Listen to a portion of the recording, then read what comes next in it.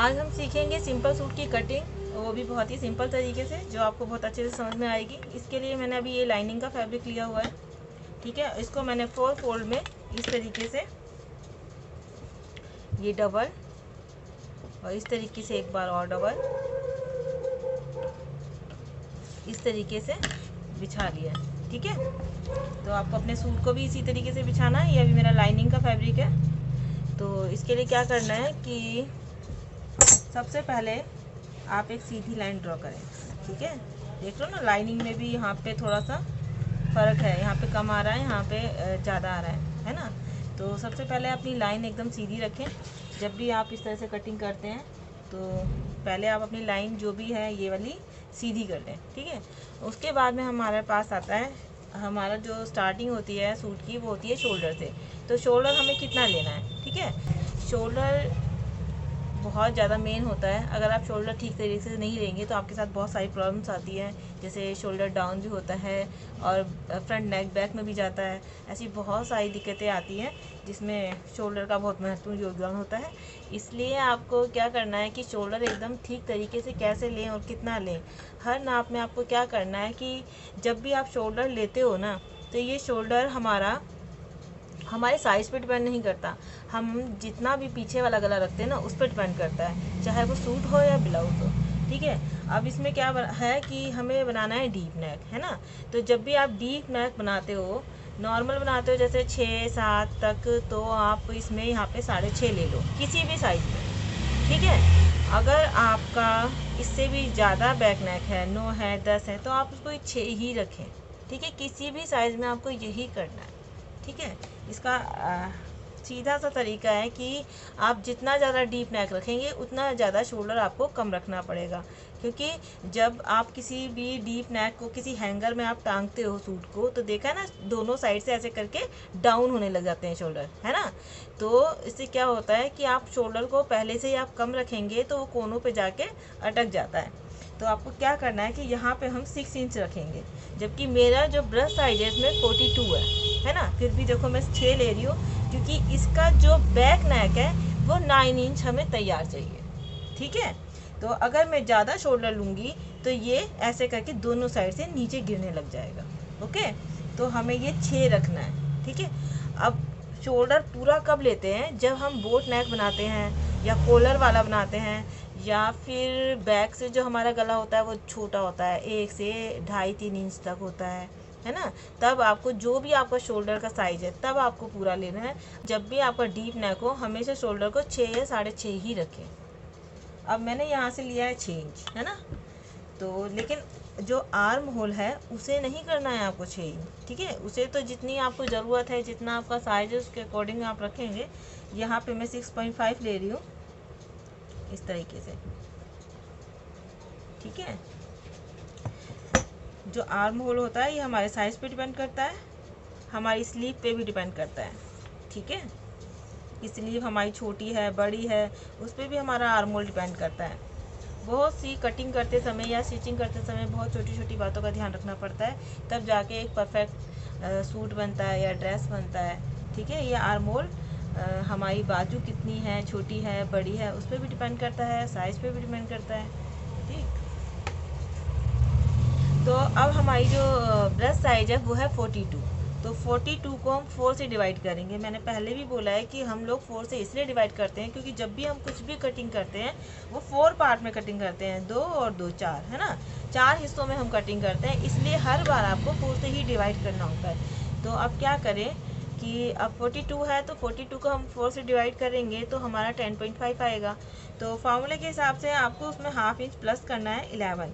Suit को हम बिल्कुल फिटिंग का नहीं लेते।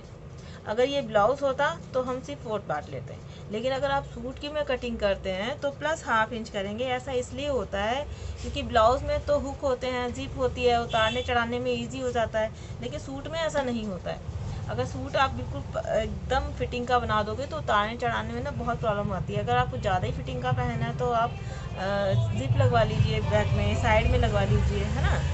तो अब आपको क्या करना है, यहाँ से हमने 11 इंच ले लिया, ठीक है। ये हो गया हमारा ब्रेस्ट साइज। इसके बाद में आपको लेना है शोल्डर टू वेस्ट, मतलब ये हम कितना लें। इसमें भी बिगनर्स बहुत ज़्यादा गलती करते हैं, कभी 12 ले लेते हैं, कभी 15 ले लेते हैं। देखा होगा कभी कभी वे से टाइट ना होके ना हिप के थोड़ा ऊपर जाके सूट टाइट हो जाता है। तो क्या करना है, इसको हम अपनी बॉडी के अकॉर्डिंग ही लेते हैं। आप इसका नाप जो है ना वो शोल्डर से जहाँ तक आपको एल्बो आता है वहाँ तक ले। किसी भी साइज़ में आपका जो शोल्डर है और जहाँ तक आपकी एल्बो कोनी आ रही है वहाँ तक की आप लंबाई करें और फिर उस पर इस तरह से मार्किंग करें। तो मैं यहाँ पे ले रही हूँ 15 इंच। ठीक है, इसके बाद आती है हमारी वेस्ट। तो वेस्ट है हमारी 36। ठीक है, 36 को भी हम 4 से डिवाइड कर लेते हैं, आता है हमारा आंसर 9। और 9 में करेंगे हम प्लस हाफ इंच, तो ये होता है 9.5, है ना। मतलब कि 19 पे आएगी। और यहाँ पे मैंने लिया था ये 12 इंच, तो मेरा ये तैयार नाप आएगा 22 इंच पे। ठीक है, अब यहाँ से हम लेंगे कि चाक हमें कहाँ तक खोलने हैं। ज़्यादातर तो हम लोग ये 13 से 15 के बीच में लेते हैं, बाकी ये पसंद के अनुसार होता है, क्योंकि आजकल ये फैशन के हिसाब से ना ऊपर खुलने लग गए हैं। ठीक है, कुछ लोग नीचे ही पहनते हैं, लेकिन मैं इस समय यहाँ पे 13.5 पे ले रही हूँ। ठीक है, क्योंकि जो हेल्थी इंसान होते हैं ना उनके चाक थोड़ा अगर आप नीचे खोलोगे तो उससे क्या होता है कि पेट पे उनका सूट टाइट हो जाएगा। तो आप कोशिश करें जब भी आपको चाक खोलने हो तो 13 या 13.5 पे खोलें। इससे क्या होगा ना कि जो हेल्थी लोग होते हैं उनके पेट पे सूट ना टाइट नहीं होगा।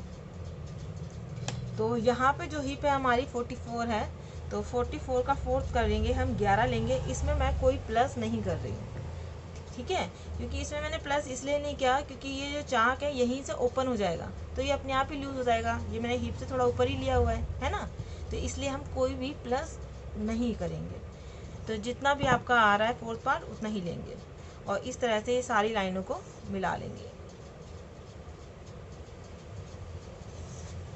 ठीक है, इसमें एक चीज़ और सीखने वाली है कि जब भी आप क्या कहते हैं बहुत हैवी साइज़ का सूट बनाते हो ना, तो आप क्या करो, हल्की सी यहाँ पे ना, हल्की सी यहाँ ऐसे करके ना गोलाई ले लो।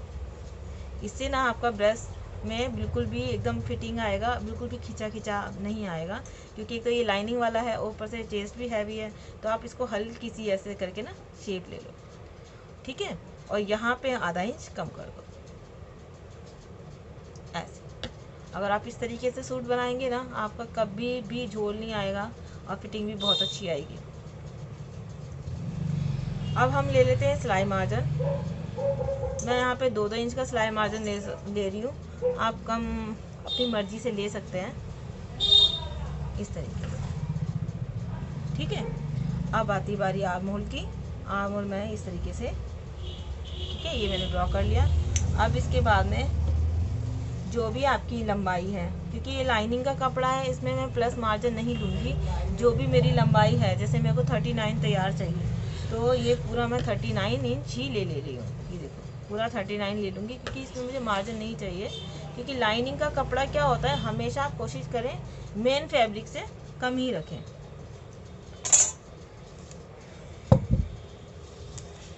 अब इसके बाद क्या करेंगे, जो भी आपका ये टोटल आंसर आ रहा है, ठीक है, ये मेरा आंसर आया 13 इंच। ओके, 11 हमारा नाप आया था और 2 इंच हमने एक्स्ट्रा लिया, तो उसी तरीके से यहाँ पे भी हम सेम निशान लगा देंगे 13 पे।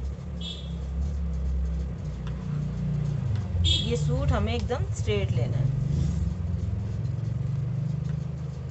ये इस तरीके से हमें बिल्कुल स्ट्रेट लाइन ड्रॉ करनी है, इस तरीके से। ठीक है, इस तरीके से हमारा ये मार्किंग कंप्लीट हो गई है।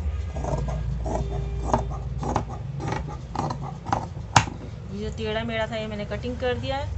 अब ये देखो इस तरीके से, है ना, ये हो गई मार्किंग हमारी कंप्लीट।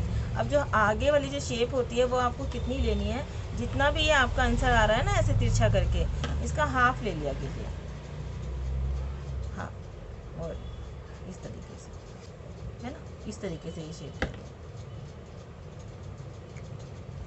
और इसकी हम कर लेते हैं कटिंग। सबसे पहले हम कटिंग करेंगे इस तरह से शोल्डर से, और अपना आर्म की कटिंग कर लेते हैं।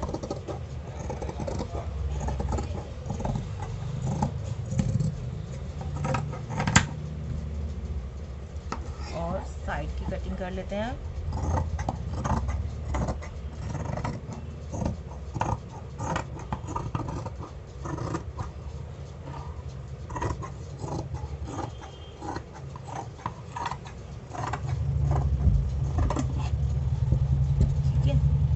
अब। इसमें लगा देते हैं इस तरीके से नोचेस। ये लगाना बहुत ज़रूरी है,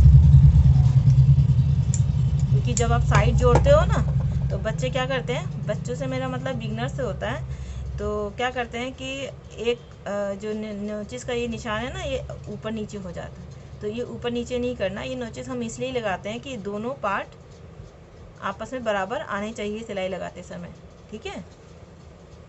तो इस तरीके से यहाँ पे भी लगा देते हैं,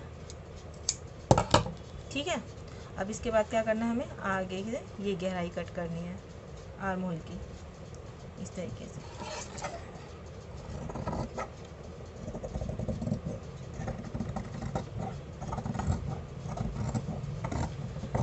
अब ये मैंने आगे के आर्म होल की कटिंग कर ली है। अब इसके बाद हमें गला कितना लेना है वो देखना है। मैं लाइनिंग पे ही कट कर लेती हूँ। इस तरीके से ऊपर से मैं ले रही हूँ 2.5 इंच। आप कम या ज़्यादा भी ले सकते हैं, 2.25 भी ले सकते हैं, 3 भी ले सकते हैं नॉर्मल साइज़ में। और इसकी जो फ्रंट की लेंथ है गले की वो है 7.5 इंच।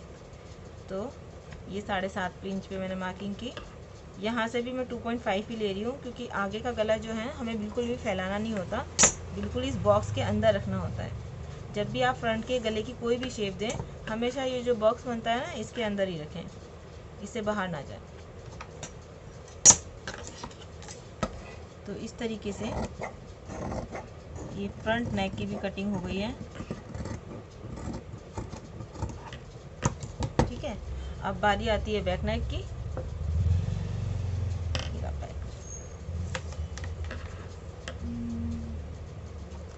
ये भी मैंने 2.5 ही लिया है, जितना आप फ्रंट लेते हैं उतना ही इसमें भी उतना ही लेंगे। और बैक नेक मेरा 9 इंच है, इसको हम थोड़ा सा फैला के लेंगे, है ना। तो 2.5 की जगह मैंने ये 3.5 लिया है, और इस 3.5 को 2.5 वाले से ऐसे करके थोड़ा सा तिरछा मिला लेंगे और थोड़ी सी ये शेप दे देंगे, है ना।